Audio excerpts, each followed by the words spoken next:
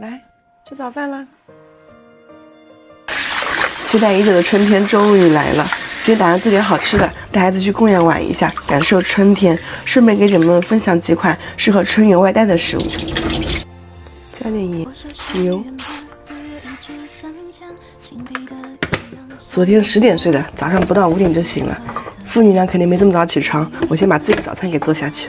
做个9酱鸡蛋，2勺酒酿，红枣、枸杞、生姜，再打一个鸡蛋，纯净水。今天早上还是泡这个燕啊，放一勺红糖，焖半个小时就可以喝了。倒点蛋液来摊一张鸡蛋皮，胡萝卜丝也炒一下，平底锅不用洗，用厨房纸擦一下。再煎点这个下厨房的蟹柳，再来1盒这个虾滑，给它挤到裱花袋里，再喷点油给它煎熟。再来切一点黄瓜，先给它切成条，再把中间的囊给去掉。米饭也蒸好，寿司醋。做寿司戴上手套，不然的话会粘手。来1张寿司海苔，粗面朝上，放入米饭，给它压均匀。再挤上一点自己喜欢吃的酱，再把准备好的食材依次放进去。可以卷任何你喜欢吃的菜啊、肉啊，自己做好食材一定要多放一点，料足才好吃。然后像这样子给它卷起来。卷的时候啊，一定要尽量给它卷紧一点，太松的话它会散开。做一次你就会发现没有想象的那么难。刀子沾一点水，给它切成块。来做一个反转寿司，这个做起来挺快的。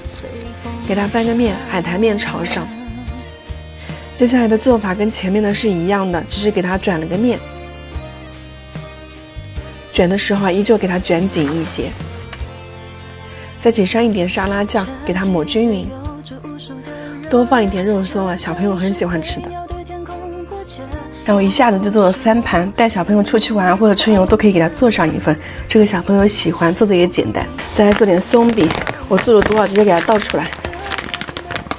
1包松饼放1个鸡蛋，50克牛奶，其他的都不用加了，给它搅拌均匀就可以了。2个锅一起做，快一些。煎松饼锅里不需要刷油，倒入面糊，再放一点这个蓝莓酱，等一下就能爆浆了。也可以来一点红豆，全程开小火，几大泡泡就可以给它翻面了。4孔锅煎出来就特别的圆。模具给它加热一下，按一个小朋友喜欢的图案。这个小松饼啊，不管是热的还是冷的，都特别的好吃，松松软软的。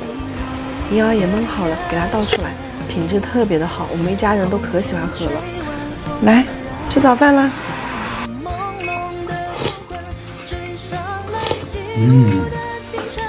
爸爸呼噜呼噜呼噜。我也想喝。你也呼噜几个？我是这样喝的。里面放都是你喜欢吃的菜。